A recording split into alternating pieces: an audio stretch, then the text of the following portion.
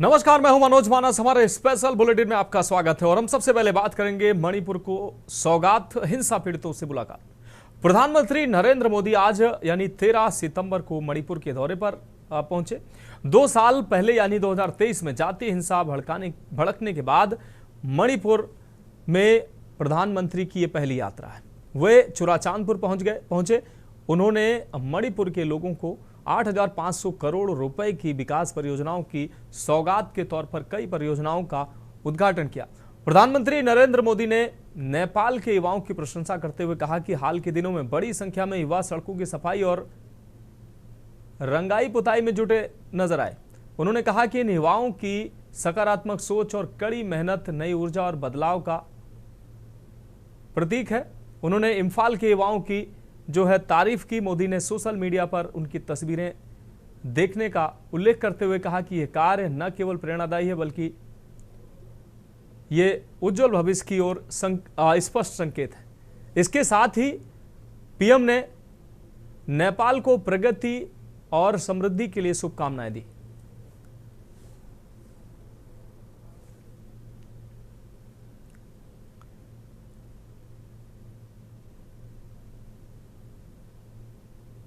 तो पीएम मोदी ने स्थानीय लोगों से मुलाकात की।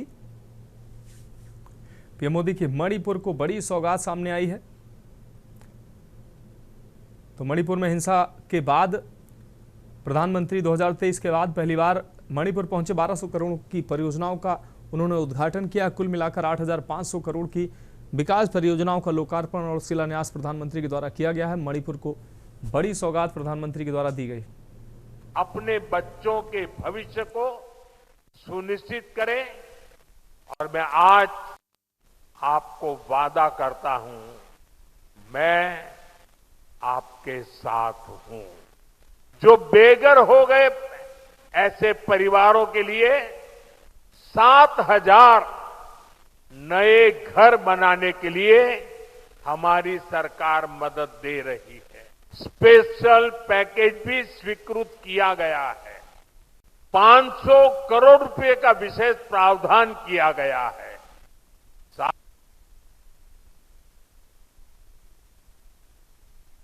कुल मिलाकर 8,500 करोड़ की परियोजनाओं का लोकार्पण शिलान्यास प्रधानमंत्री के द्वारा किया गया है। मणिपुर को यह बड़ी सौगात मानी जा रही है पीएम की ओर से। तो मणिपुर में हिंसा के दौर के बाद अब प्रधानमंत्री 2023 के बाद प्रधानमंत्री की पहली यात्रा है और मणिपुर को विकास की नई सौगात प्रधानमंत्री के द्वारा दी गई है।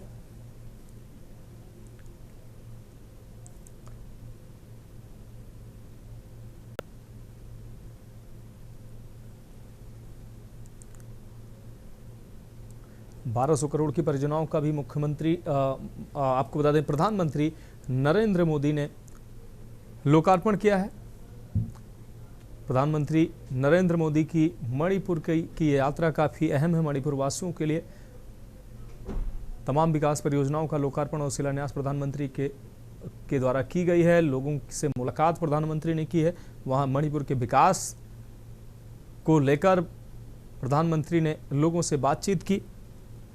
एक संबोधन में भी प्रधानमंत्री ने वहां के लोगों को, वहां के युवाओं को संबोधित करते हुए मणिपुर की प्रगति की उन्होंने चर्चा की। तो स्थानीय लोगों से प्रधानमंत्री ने मुलाकात की है।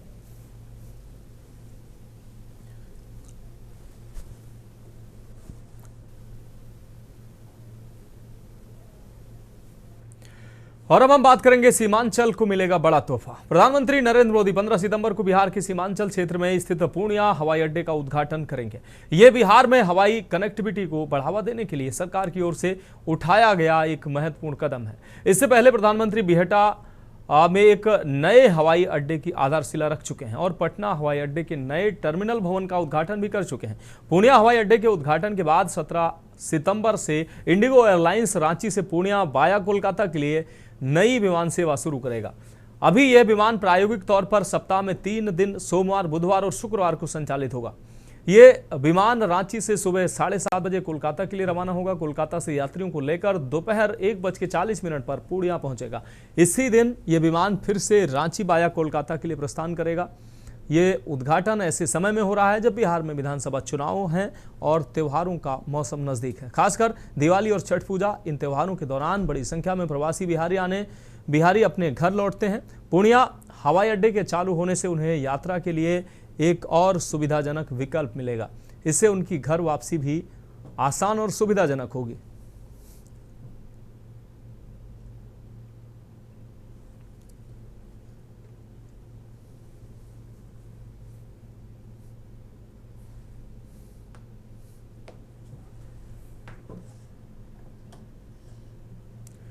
तो 17 सितंबर आपको बता दें, पीएम मोदी 15 सितंबर को बिहार जाएंगे।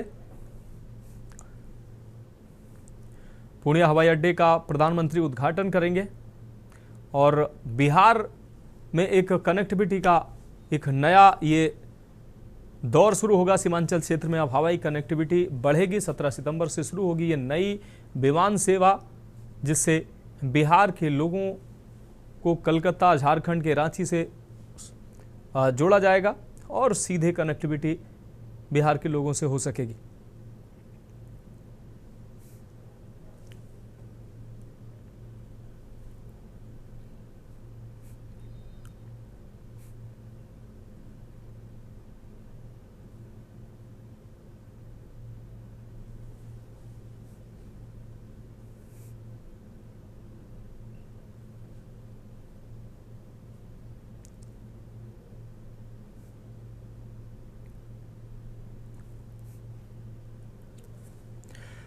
तो सीमांचल क्षेत्र में अब लगातार कनेक्टिविटी अब बढ़ रही है। बिहार को नई कनेक्टिविटी लगातार मिल रही है। विकास का भी दौर लगातार जारी है। बिहार में चुनाव से पहले ये जो उद्घाटन है, कहीं ना कहीं इसको राजनीतिक रूप से भी देखा जा रहा है, लेकिन बिहार के लोगों के लिए काफ़ी महत्वपूर्ण हो जाता है।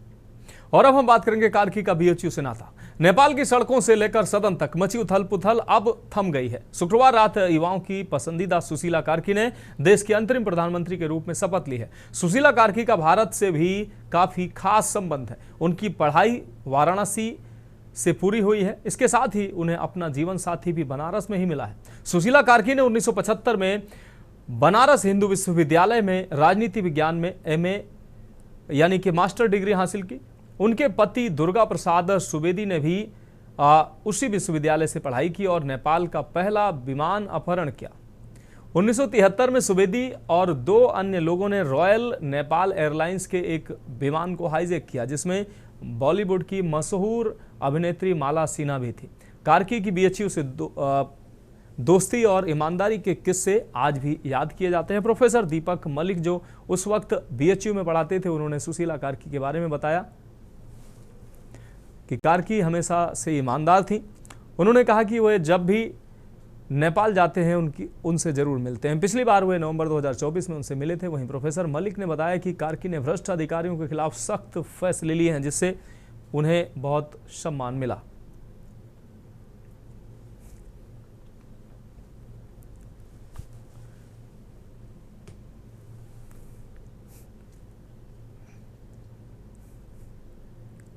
तो प्रधानमंत्री कार्की का बनारस से गहरा नाता है। बीएचयू से उन्होंने मास्टर की डिग्री हासिल की है और उनको जीवन साथी भी यहीं बनारस में ही मिला। तो बीएचयू से उनका नाता रहा है, भारत से उनका नाता रहा है और समय समय पर प्रधानमंत्री मोदी की तारीफ भी करती नजर आई हैं। सुशीला कार्की पीएम मोदी की वो प्रशंसक मानी जाती हैं। कार्की ने अब नेपाल के अंतरिम प्रधानमंत्री के तौर पर शपथ ली है। तो हिंसक प्रदर्शनों के बाद अब नेपाल में शांति स्थापित होने की उम्मीद है, क्योंकि नेपाल की पूर्व चीफ जस्टिस सुशीला कार्की ने प्रधानमंत्री के तौर पर वो देश की पहली महिला चीफ जस्टिस भी रही हैं और अब पहली महिला प्रधानमंत्री, अंतरिम प्रधानमंत्री के रूप में उन्होंने शपथ ली है। और अब जो है वो भ्रष्टाचार के प्रति काफ़ी सख्त मानी जाती हैं। इसलिए जो भ्रष्टाचार को लेकर हिंसक प्रदर्शन नेपाल में देखने को मिले, अब उन कहीं ना कहीं कार्की के आने से भ्रष्टाचार पर लगाम लगने की बात कही जा रही है। और अब हम बात करेंगे मेरठ की बदलेगी सूरत। आपको बता दें, सरकार ने मेरठ को आधुनिक और सुसज्जित शहर बनाने की दिशा में बड़ा कदम उठाया है। मुख्यमंत्री वैश्विक नगर उदय योजना के तहत नगर निगम के 51 करोड़ रुपए की लागत वाले 8 प्रमुख प्रोजेक्ट को मंजूरी दी है। इन प्रोजेक्ट के पूरे होने के बाद अगले 1.5 साल में मेरठ की सूरत पूरी तरह से बदल जाएगी। शासन से मंजूरी पाए 8 प्रोजेक्ट में से 3 पर सबसे अधिक धन खर्च किया गया है। इनमें 10-10 करोड़ रुपए अत्याधुनिक जोनल कार्यालय, डिजिटल लाइब्रेरी और 5 प्रमुख चौराहों के सौंदर्यीकरण पर खर्च किए जाएंगे। कुल मिलाकर इन पर लगभग 30 करोड़ रुपए का निवेश होगा। डिजिटल लाइब्रेरी युवाओं और छात्रों के लिए नई सौगात होगी, जबकि जोनल ऑफिस नगर निगम की कार्यप्रणाली को और अधिक आधुनिक बनाएगा। तो मेरठ को आधुनिक शहर बनाने के लिए प्रतिबद्ध है मुख्यमंत्री योगी आदित्यनाथ, जिसको लेकर अब कदम भी उठाना शुरू कर दिया। आधुनिकीकरण की दिशा में अब अहम कदम उठाया गया है। 1.5 साल में बदली नजर आएगी मेरठ की सूरत। नगर निगम की भी कार्य प्रणाली आधुनिक बनाने के भी प्रयास अब शुरू किए जा चुके हैं। योगी सरकार ने मेरठ को बड़ा तोहफा दिया है। आधुनिकीकरण की दिशा में अब बड़ा कदम उठाया है और आने वाले 1.5 से 2 साल में मेरठ में जो 8 बड़े प्रोजेक्ट शुरू होने वाले हैं, इन प्रोजेक्टों के पूरा होने के बाद मेरठ जो है आधुनिक शहर की श्रेणी में अपने आप को खड़ा पाएगा।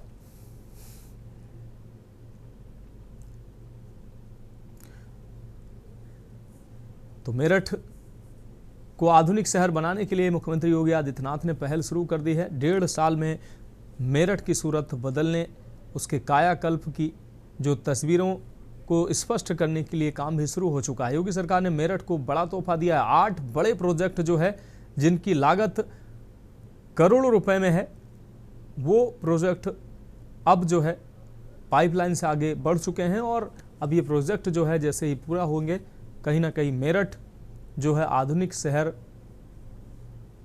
के तौर पर दिखाई देगा।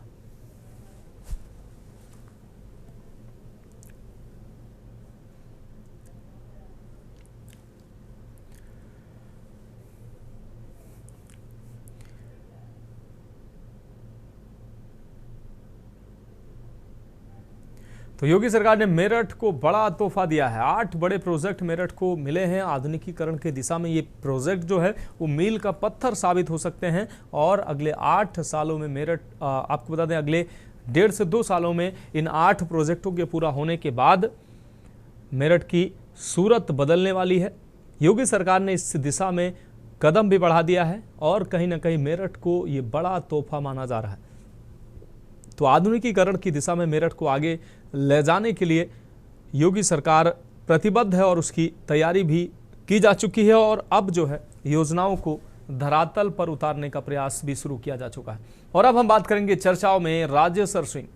उत्तर प्रदेश विधानसभा में कुल 403 विधायक हैं, लेकिन लखनऊ की सरोजनी नगर सीट से विधायक राजेश्वर सिंह कुछ अलग ही पहचान बना चुके हैं।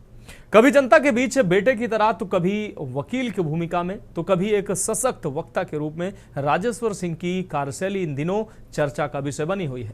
वर्ष 2022 के विधानसभा चुनाव में जब सभी राजनीतिक दल अपने अपने प्रत्याशी तय कर रहे थे, तब सरोजनी नगर सीट पर मुकाबला काफी दिलचस्प हो गया। समाजवादी पार्टी ने जहां पूर्व मंत्री डॉक्टर अभिषेक मिश्रा को मैदान में उतारा, वहीं भाजपा ने एक अप्रत्याशित कदम उठाते हुए ईडी के अधिकारी रहे राजेश्वर सिंह को टिकट दिया। ईडी की 12 साल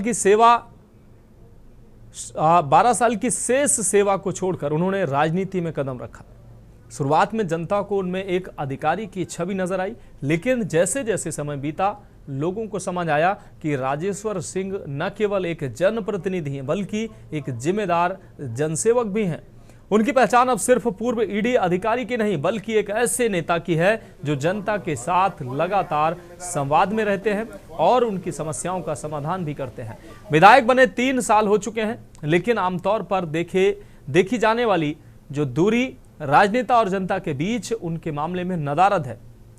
वे कभी सुप्रीम कोर्ट में वकालत करते नजर आते हैं, तो कभी क्षेत्र में जनता के दुख दर्द सुनते हैं, उनसे मिलते हैं और उनकी पीड़ा को समझते हैं। उनकी सबसे खास और बड़ी खासियत ये मानी जाती है कि वह जनता से सीधा संवाद करते हैं और हर छोटी बड़ी समस्या पर खुद संज्ञान लेते हैं।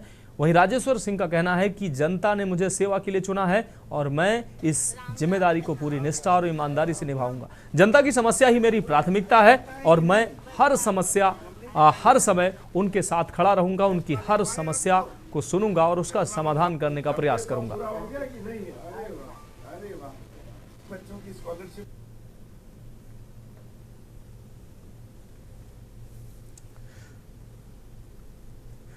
तो सुप्रीम कोर्ट से जनता के बीच तक सक्रिय भूमिका निभाते हैं विधायक राजेश्वर सिंह। 3 साल बाद भी जनता से उनका जो मजबूत जुड़ाव है वो अब काफी मजबूत हो चुका है और ये अनवरत जारी है। जनता की सेवा के लिए वो सदैव तत्पर रहते हैं। ईडी की सेवा छोड़कर जनता की सेवा में आए राजेश्वर सिंह लगातार चर्चाओं में बने रहते हैं, सुर्खियों में रहते हैं। सुप्रीम कोर्ट से जनता की सेवा तक का उनका सफर ईडी के अफसर से लेकर एक सौम्य, सरल और जन सुलभ जनसेवक के तौर पर उनकी अब पहचान बनती जा रही है। तो उन्होंने साफ तौर पर उनके बयानों से भी परिलक्षित होता है कि वो जनता की सेवा के लिए हैं। जनता ने उनको सेवा के लिए चुना है, इसलिए वो सेवा अपना परम धर्म समझते हैं। लखनऊ, राजधानी लखनऊ सरोज नगर से विधायक राजेश्वर सिंह जी हैं। सर, आज शिक्षक समुदाय का एक बड़ा कार्यक्रम है। अमूमन देखने को मिलता था पिछली सरकारों पर लगातार आरोप लगता रहा कि जो पवित्र कटारें थी वो प्रधानमंत्री आवास के अंदर नहीं जाती थी, लेकिन इस बार प्रधानमंत्री जी ने उनको बुलाया था, सम्मान दिया। आज आप खुद आए, मुख्यमंत्री सारे कार्यक्रमों में जाते हैं। देखिए, सिख समुदाय का देश के लिए बहुत बड़ा योगदान है। धर्म की रक्षा के लिए सबने अपनी जान दी। देश की रक्षा के लिए मात्र 2% आबादी है, लेकिन 70% शहादत सिख समुदाय ने दी देश की रक्षा के लिए। महिलाओं की जब इज्जत लूटी जा रही थी तब गुरु तेग बहादुर जी ने और सबने शहादत दी और रक्षा करी। तो इनका तो जितना सम्मान किया जाए उतना कम है। हम लोग, पूरा देश नमन करता है। सर, अब इस समय आपके जो जनता है आपको नायक फिल्म का अनिल कपूर बताती है। कभी आप ट्रैक्टर चलाते हैं तो कभी आप चश्मा बनवाते हैं, कभी गरीबों को इलाज के लिए पैसे देते हैं तो कहीं उनको अयोध्या भिजवाते हैं। देखिए, राजनीति जो है हमेशा जनसेवा रही है और मेरे लिए मात्र और मात्र जनसेवा है। मुझे ये जातिवाद की राजनीति और ये वोट बैंक की ये पसंद नहीं है। पहले भी लोग राजनीति करते थे और जनसेवा का सबसे बड़ा माध्यम है, हम लोग सिर्फ जनसेवा करते हैं।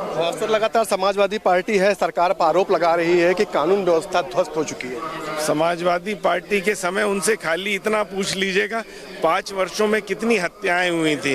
25,000 हत्याएं उनके राज्य में 5 वर्षों में हुई थी। वो क्या बोलेंगे किसी के लिए।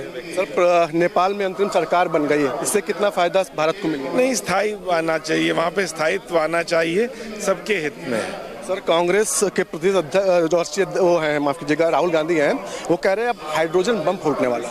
नहीं, वो कहते रहते हैं, उनको जो भी है उनको सामने लाना चाहिए।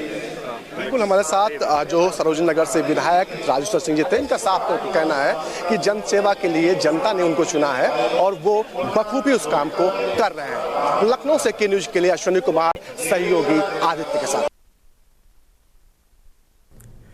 और फिलहाल हमारे स्पेशल बुलेटिन में वक्त एक ब्रेक का। ब्रेक के बाद हम बात करेंगे स्टेशन पर कत्ल।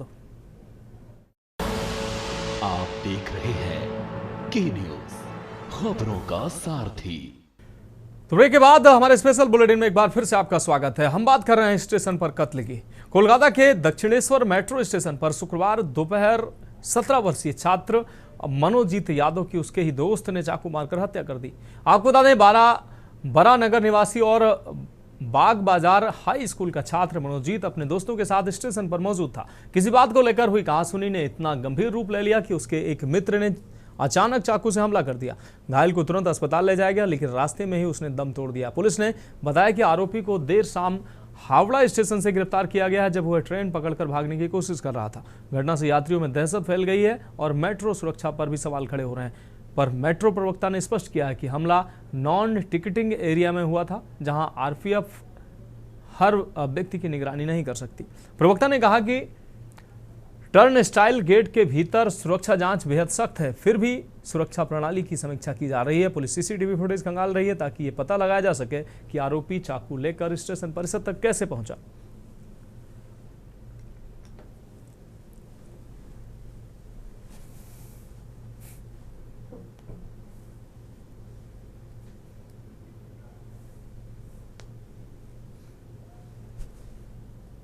कोलकाता मेट्रो स्टेशन पर छात्र की निर्मम हत्या हुई है। घटना से यात्रियों में दहशत फैल गई।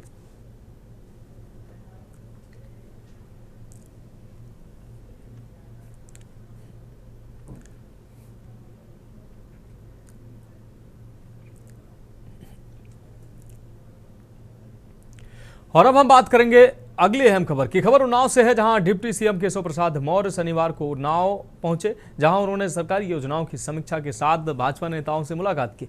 मीडिया से बातचीत में उन्होंने अखिलेश यादव के नेपाल जैसे हालात वाले बयान पर तीखा पलटवार किया। साथ ही भारत पाकिस्तान क्रिकेट मैच को लेकर कहा कि सरकार द्विपक्षीय मुकाबले नहीं खेलेगी, लेकिन वर्ल्ड कप जैसे आयोजनों में पाकिस्तान से भिड़ेगी और जीतेगी भी। राहुल गांधी के बयानों को लेकर उन्होंने कांग्रेस पर निशाना साधा और कहा कि 2047 तक भाजपा ही देश और प्रदेश में शासन करेगी।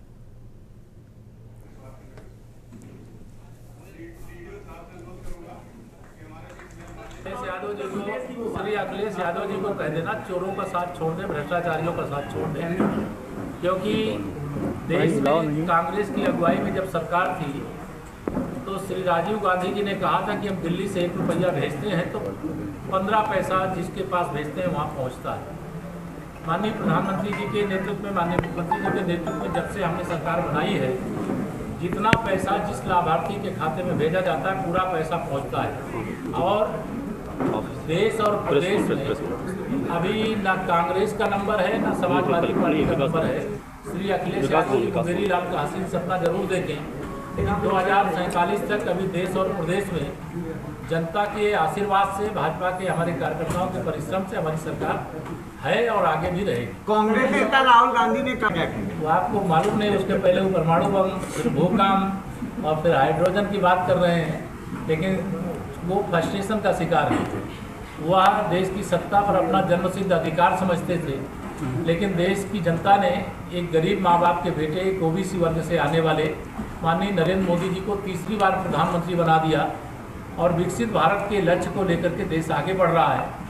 इससे कांग्रेस का हाजमा खराब है और श्री राहुल गांधी जी अपने संवैधानिक दायित्वों को भी पूरा नहीं करते। इसके कारण देश की जनता उनको बहुत तरीके से देख रही है और जब भी चुनाव, जहाँ भी चुनाव होंगे वहाँ उनको सबक सिखाएगी। उनको डबल इंजन की सरकार हमारी है, देश में माननीय प्रधानमंत्री मोदी जी की अगुवाई में और प्रदेश में आदरणीय योगी जी की अगुवाई में। और सरकार की मंशा बहुत पवित्र है।